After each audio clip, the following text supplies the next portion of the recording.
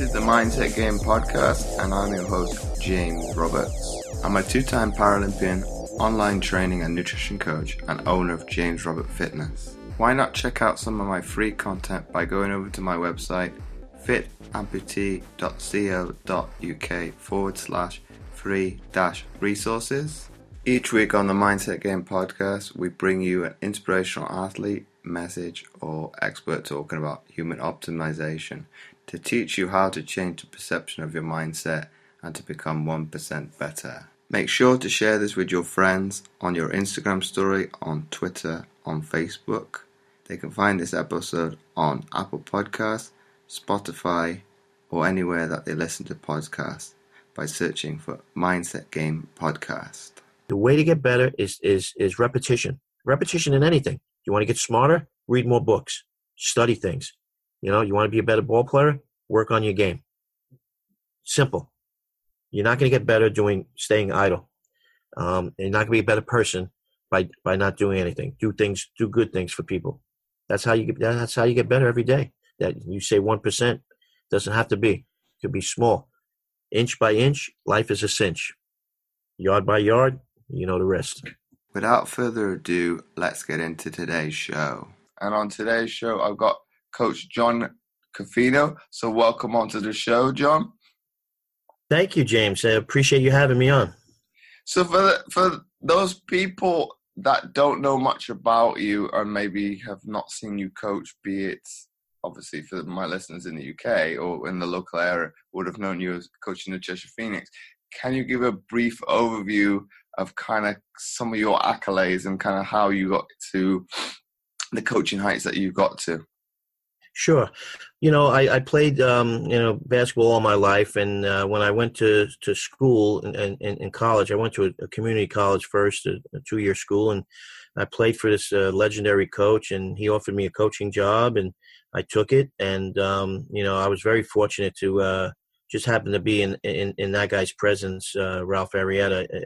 This was a junior college that was in 10 national championships. And, the guy's in 5 Hall of Fames. He's got over 1,000 wins. So I learned from the best, and really gave me a hunger to coach. And he predicted that I would move up the ladder and coach on the big screen and in the big arenas. And he was right. But I paid my dues. I was an assistant coach for many years, and at the Division I and NCAA, and I went into the D League in the NBA, and I became a head coach there. And the rest was head coaching jobs throughout the world, even in the United States at some minor leagues that were really, really competitive. But I'm close to 30 years of coaching, and I'm still learning. I still want to find the best opportunity, the best situation where I could build a winning culture, and coaching has been my passion. So it's been a dream come true. So talk to me about your mindset, John, in terms of how you see it as you need to pay your dues. Yeah, I think every coach should learn how to be an assistant first, because you won't understand the plight of an assistant when you have them underneath you. And also, it's a lot of responsibility to be head coach. It may be just 6 inches over on the bench, and now you're sitting in a big chair. And to pay your dues, to learn all aspects of the game and all the responsibilities. I did everything from scouting to video, individual workouts, practice planning, game time, you name it. I did everything, and it helped me become a more rounded coach and appreciate where I came from. Sometimes guys get appointed head coach without paying their dues, and that's tough because you go too high too fast, and it's a big fall. So I know what it's like. I know what it's like to be an assistant, and it's been a long road, but I wouldn't have traded any of my past jobs for the world, especially here in England, UK, I should say. And you say that you've been fortunate to be able to travel the world. I read that article you did yesterday in the local paper. You talk of obviously the pitfalls of having to live out of a suitcase. What is kind of the pitfalls of having that kind of lifestyle? Because most people see basketball as kind of this glamorous lifestyle, which obviously is Yeah. the NBA. Yeah, I mean the NBA is the ultimate. That's why everybody strives to go there, and it's fame, it's fortune, it's a way of life that's second to none. But living abroad and coaching overseas, it takes its toll. You make friends, and then sometimes you have to leave, and you have to learn cultures and languages, and I've got bags all over the world in storage with friends. I have my warm winter clothes are in the Republic of Georgia. I have my swim trunks and all my other stuff in the Republic of the Maldives. I got stuff in America. It's just getting. That's why I want to go somewhere and settle down and just make a life for myself and finish my coaching career whenever that happens. But I just want to stop bouncing around. I've seen the world. It's really great. There's some great people out there, some great countries. Basketball is different everywhere. And I've had some good times. I've had some rough times, but it's been a great ride. And, just to continue and adjusting is it can take a toll. But from your answer, John, isn't it very difficult to be able to settle in one place from not just basketball, but sports at a professional level, period, because of the actual limitations or expectation of an organization? If you don't hit the heights, you're going to get fired. Yeah, I mean, of course, you have to win, and you have to build that winning culture, and you have to show them that you're in it for the long haul, and you're committed to them, and they're committed to you. But you're right. Right at this moment in sports, it's all about what have you done. It's all about results and trophies. And my teams get better and better, and if I could sustain a coaching situation where I have 2, 3, 4 years, I think the results will be not just instant, but they'll also be down the road as well. And that's what you have to build. You have to build not just for the present, but for the future. You have to have the big picture in mind. But you're right, there is pressure to win, and obviously I've won and then still relocated because sometimes financial issues come into that also. That's what I just had at the Maldives. They ran into financial difficulties, and so my contract was, we had to just move on. I had four more months to go, and they told me the government is bankrupt and all that. So there's a lot of factors. It has to be perfect. It has to be a good marriage. Yeah, the people have to be behind you, and everybody has to be on the same page. And it's not easy, but that's what I'm striving for. But do you think, from your opinion now, John, that, be it from a coaching perspective or an athlete perspective now, we don't exactly live in the moment because we're trying to strive for, obviously, those wins, those results. Do you ever think that we don't live for that experience and kind of appreciate it in the here and now, and then only truly appreciate it, be it when we've retired or taken a step back and look at pictures? Yeah, I mean, a lot of young players don't see that. They want to make money and that's all they care about. But I've had players call me up, write me saying, Coach, those things you were telling me that I didn't want to listen to. Now I'm dealing that with younger players myself, and I see what you were trying to teach me.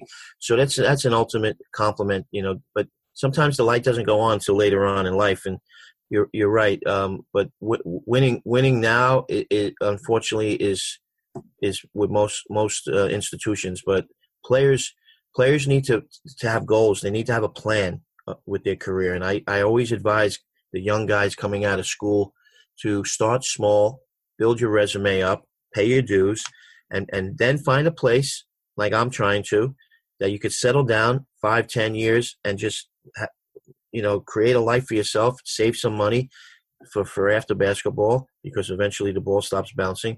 So you have to have a plan and goals, and that's my advice to the younger players.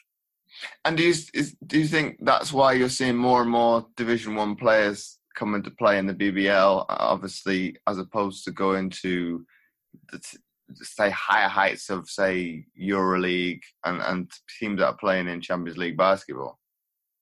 Yeah, I think that in the UK, basketball can be two things. It could be a stepping stone for careers, you know, but it also can be a place where you could have a career. I mean, Newcastle and Leicester have guys that played 3, 4, 5, 6 years and become citizens and everything. And so it's an interesting place here in the UK where you could use it, build your resume, and then move on to to the next level, or you could stay here and be comfortable and happy and enjoy a career. And talk to me, John, of obviously your time coaching the Cheshire Phoenix. How were you able to assemble that kind of caliber of team? Well, what did you actually have to do? Because obviously for people from the outside perspective, I say me included, you're thinking, well, how are you able to attract that type of player to a team what most people perceived as mediocre? Yeah, well, it's a good question. I being a veteran coach and having coached at a high level in the NBA Development League, you make a lot of contacts, and I have a database that you wouldn't believe of players that I keep on file, and that players that want to play for me, and that I want when I want to play for me. Also, it has to be. It's a two-way street. You got to want this player, and they got to want to play for you. When I got these high-level players to come to Phoenix, it's a salesmanship. They're comfortable with me. They know me. They know I'm a player's coach. They know I'm going to push them. They know I'm going to be real with them. And it's just it's something that one thing I can say is that I have a lot of contacts and a lot of players, and I'll tell them the truth. I'm not going to promise them anything, but I will tell them that we're gonna be the hardest working team, and you're gonna prosper under my tutelage. It's really it's something that you gotta be honest with them, and they appreciate that. And it's really they don't really care how much you know. It's that they know how much you care. So it's kind of from listening to you, John, it's probably like a win-win situation as opposed to I think the mentality that most have in society is what can I get from you as opposed to what can I give.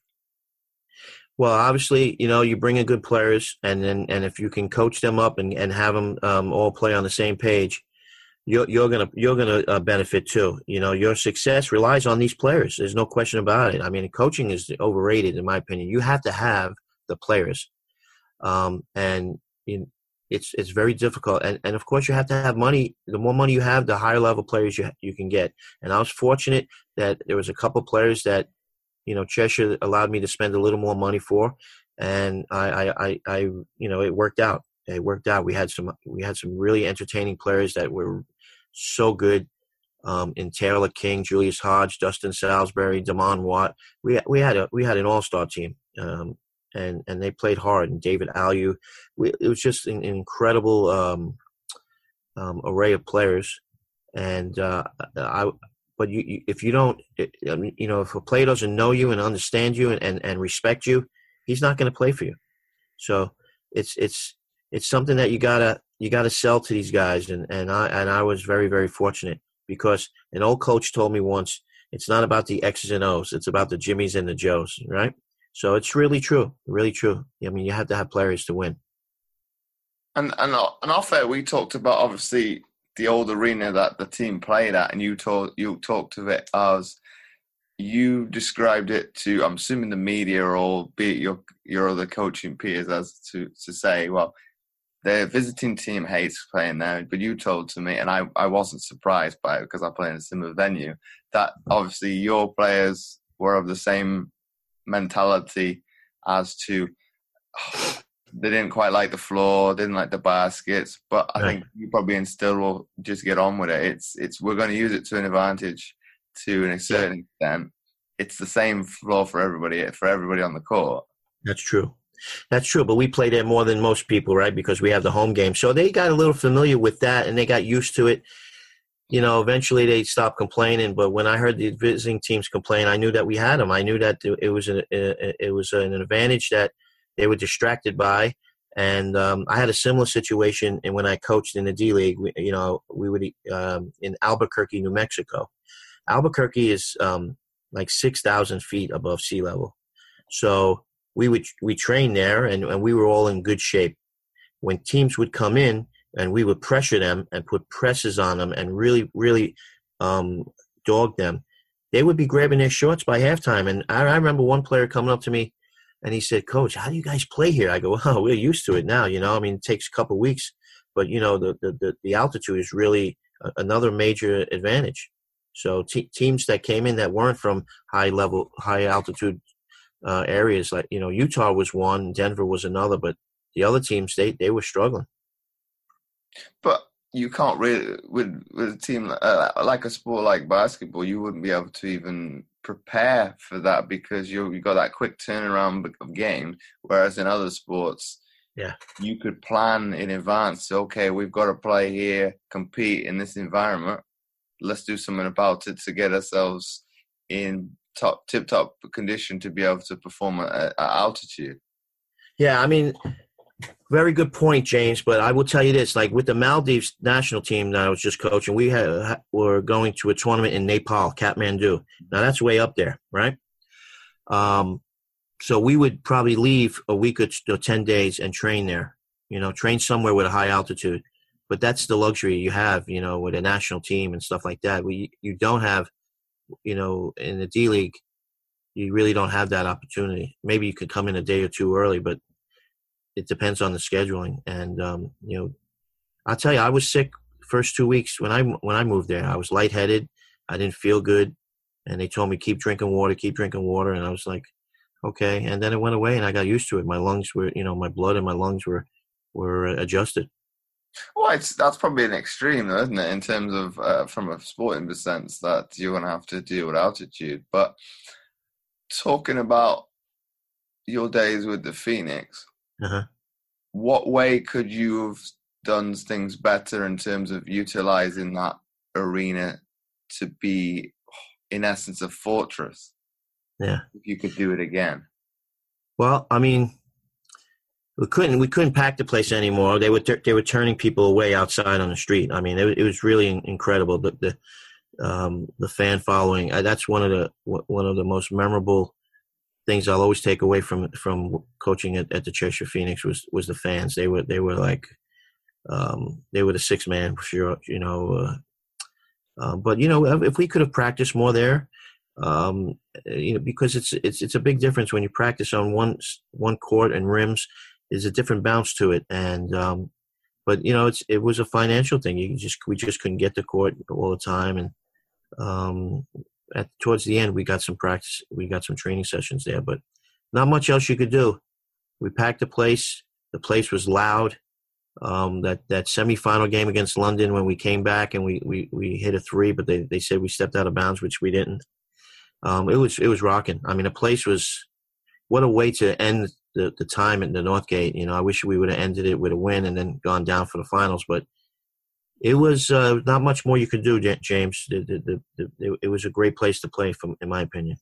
But I'm assuming you're not envious, but you would like to be able to maybe have experienced, say, the heights of obviously the team that went on to win the trophy, not trophy, but the actual a trophy last season, and kind of experience that the new arena that is obviously out at Cheshire Oaks.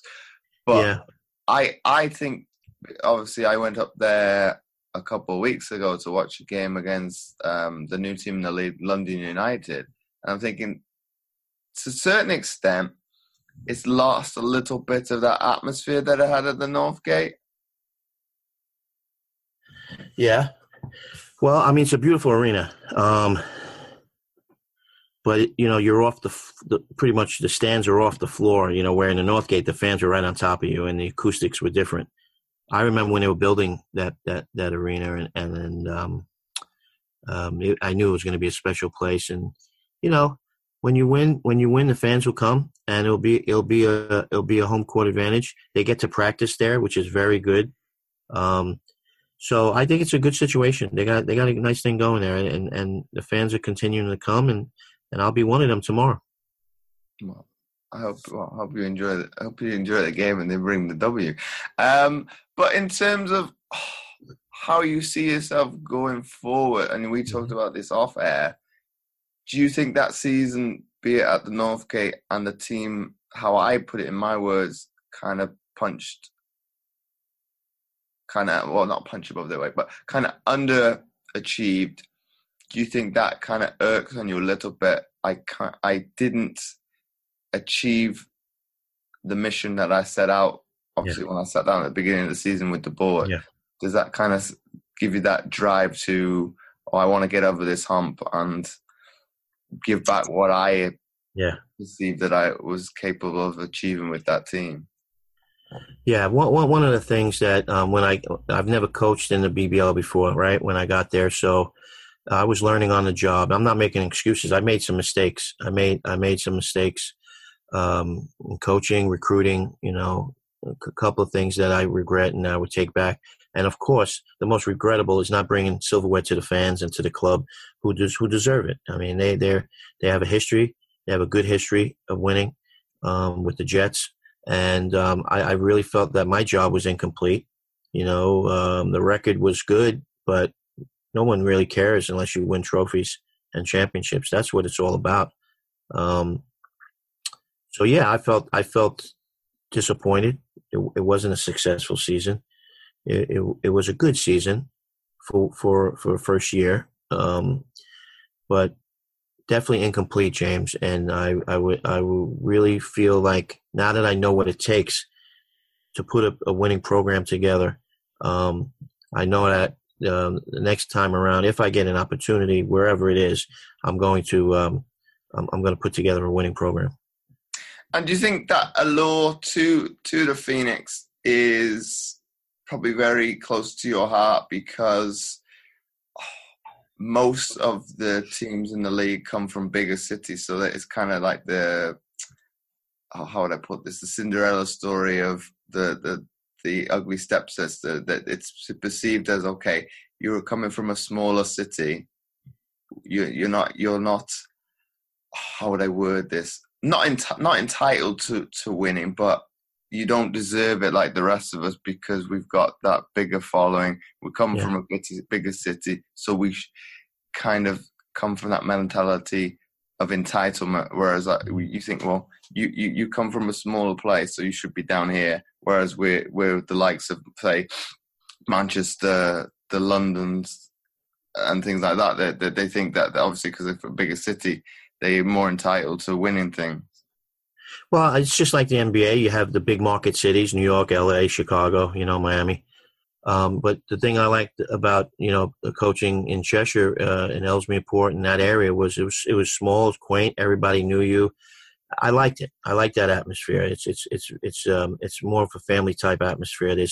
There's not a lot going on in town, but so basketball was part of their, their thing to do. And that's why on Sunday nights, 5:30, a lot of people flock to the Northgate, and now they go to the arena. But I like those. I mean, I could coach in a big city. I coached in New York, and and I've coached in front of 40,000 fans.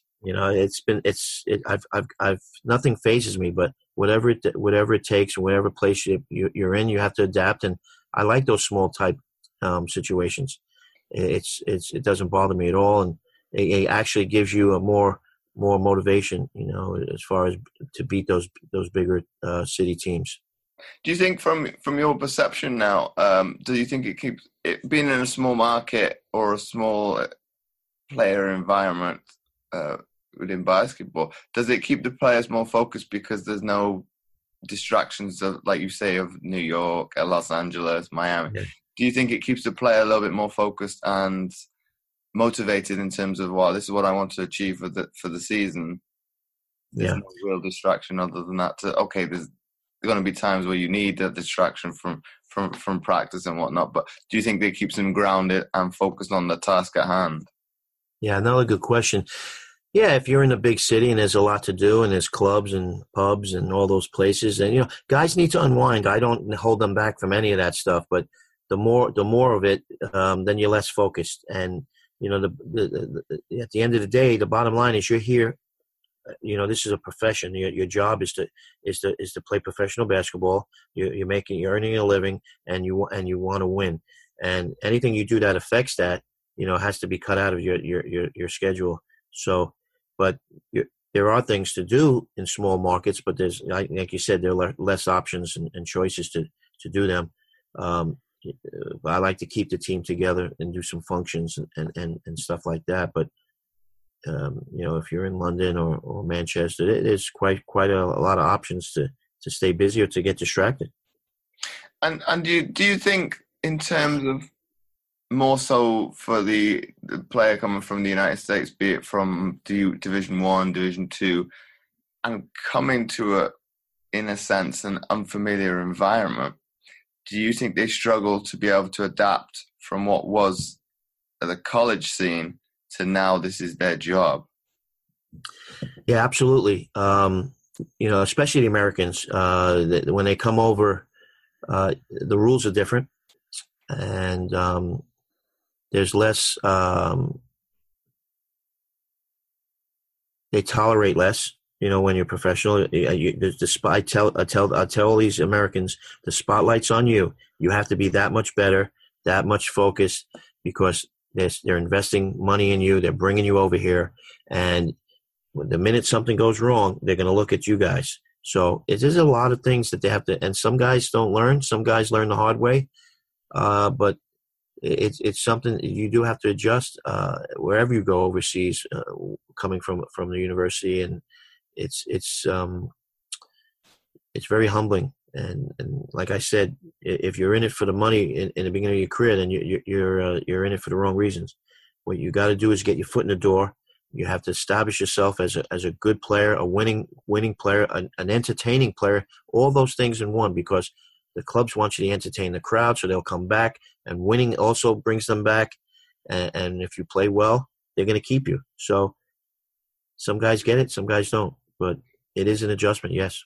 Do you think it's a little bit being adaptable to the environment and kind of taking things on board and being very much open-minded? Because obviously some of the, and I'll be honest, some of the calls watching from the stand, you're thinking, I don't know what you're watching from a referee perspective. I have not seen this. That probably was a learning curve for you as a coach. You're thinking, what are you watching? Yeah, I mean, I think the officiating, they try hard. I think it's we need more officials. I know a lot of FIBA guys. I know a lot of guys that are FIBA supervisors that handle the officials. And, it's a thankless job no matter what level you're at. I mean, people are always going to be unhappy. They're human. They make mistakes. But I always tell my players, don't let that distract you. Don't let a play, a bad call, cost us the game. So let's be out in front enough where a bad call won't affect us. So I really try to take the officiating distraction away from the players, because I could tell you some stories that'll blow you away. I mean, I coached in China, and we had a team, and we were going to play this team when it was like not even obvious we were going to beat them by 30 at least. And before the game, I had the translator come up to me and said, "Coach, please don't yell at the refs today." I go, "What are you talking about? You can't tell me how to act. You're a translator." He goes, "Please, Coach, please, whatever you do, don't just sit on the bench and just coach the team." I go, "Okay, but why are you telling me this?" And he said, "Coach, the home team, they pay the refs, and they paid the refs extra money today." I said, "What?" He goes, "Yes, we're going to lose." I was like, "Are you kidding me?" And sure enough, there were plays that would be like the ball would go off for them, and they'd give them the ball. The guy would go down for a layup, and we wouldn't be near him, and he'd call it N1. And my Americans were like, "Coach, aren't you going to fight for us? Why aren't you arguing?" I said, "I'll tell you after the game." And jokingly, because I would never gamble on games, I said to the translator, "Next time you know about this situation, tell me ahead of time so I could bet the game myself. We're going to lose. I want to make money. But, because you had an incentive in your contract in China, they give you a little extra money after each win, maybe $500 on the road and $300 at home. So I was counting on that money. And then they tell me we're not going to win. And so it happens in certain countries. Georgia too. They had some scandal there 2 years ago when I was there, and guys went to jail. So it's unfortunately there's a lot of corruption out there, but there's some. I don't see that here in the UK. These guys try hard and they want to progress. But the game's on the court, and like any sport. A referee that you don't notice is somebody that's doing a good job, right? But if they become part of the show, then you have an issue, and you have to adjust. If they're calling it, close or letting physicality go, you got to adjust. The players have to adjust. The coaches have to adjust. That's the way they're going to call it. And then this moves nicely to my next question for you, John. In your opinion, what is a good way for people to change their perception of their mindset? Be it in life or in sport, whichever way you want to go with the answering the question. Well, I think positiveness is one thing. You have to be positive, and you have to also see other people's perspectives. Put yourself in their shoes. We don't do that. I don't do that. I don't put myself in the official's shoes. I don't put myself in the player's shoes sometimes. But when I do, it gives me a better process of seeing the whole picture. Maybe this person had a bad day. Maybe they have some issues at home. You don't know these things. If they're a bad person, they're a bad person. There's nothing you're going to do about it. So what you got to do is you got to be even better than them. So, there's a coaching alliance in America called the positive coaching, and they say you have to have 5 positive comments before you have 1 negative. It's hard because you're in the heat of the moment. And you want to win, and guys' testosterone levels are high, and I'm passionate, and I want to win, and I've learned since I've been here in the United Kingdom, and I've gone on to other countries. I've learned to not coach every play, and to just let things happen, and be under control. To have everything in control. So that's the same thing in life. Stay positive. Things are going to be thrown at you that you're gonna be like, man, why me? Why is this happening to me? And in my opinion, it does hurt, and that's a challenge. The key is to be disciplined in your head. Be disciplined and say, all right, I'm going to take this challenge. If it works out, it works out. If it doesn't, at least I tried. But I'm not going to give up. You know that expression, right? Winners never quit, and quitters never win. And that's in life too. And then my follow-on question for you, John, is how do people strive to become 1% better each day? Yeah, you should. You should strive to get better. Even if you don't, if you do your best, because the other guy's trying to get better. And we always had an expression, you either get better or you get worse. You never stay the same. And I like to say that my players get better now, throughout the season, and my teams get better. Maybe we get off to slow starts, maybe we don't, but we're going to get better every day. And that's just from hard work. It's with everything. You want to be a good shooter? Shoot a lot of shots, work on your form every day. Me and Taylor King, Dustin Salisbury, we would go to the health club every morning and shoot 500 shots. That's why they're good, because they put their work in. They put the time in. If you just sit around at home and you're on the computer or the TV, whatever, you're not going to get better. The way to get better is repetition. Repetition in anything. You want to get smarter? Read more books. Study things. You want to be a better ball player? Work on your game. Simple. You're not going to get better staying idle. You're not going to be a better person by not doing anything. Do good things for people. That's how you get better every day. That you say 1%, doesn't have to be. It could be small. Inch by inch, life is a cinch. Yard by yard, the rest. And my final question to you, John, before we wrap up the episode, is if you had to summarize what we've been speaking about today into one sentence for people to take away, what would that be? Keep your chin up. Keep working hard. And, good things happen to good people. That's all I can tell you is, chase your dreams. Don't let anybody tell you, you can't do this or you can't do that. I mean, the people told me I couldn't do it. My family didn't want me to coach. I was a short little white player. I was skinny back then. I was the only white guy on the team, and people said I couldn't play, but I showed them all. And you know what?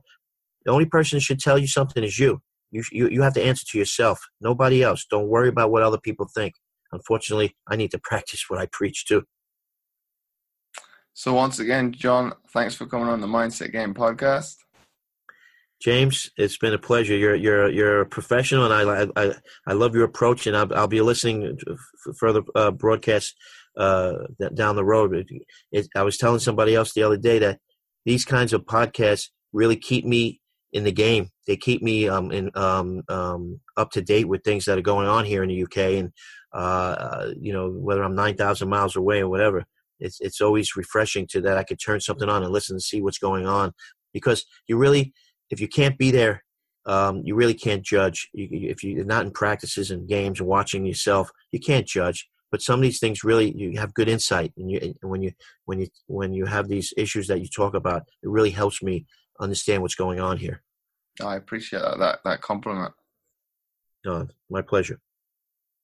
If you like this episode, please do share it with your friends, and do let John and I know what you thought of the episode by tagging us over on Instagram at Coach John Coffino and at James O. Roberts 11 on Twitter and Facebook. And again, do check out my free content at fitamputee.co.uk/free-resources.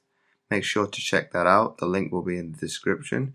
You can find all the show notes at mindsetgame.libsyn.com under the category Sports. Once again, thanks for listening, and I'll catch you again next time for another episode of the Mindset Game podcast.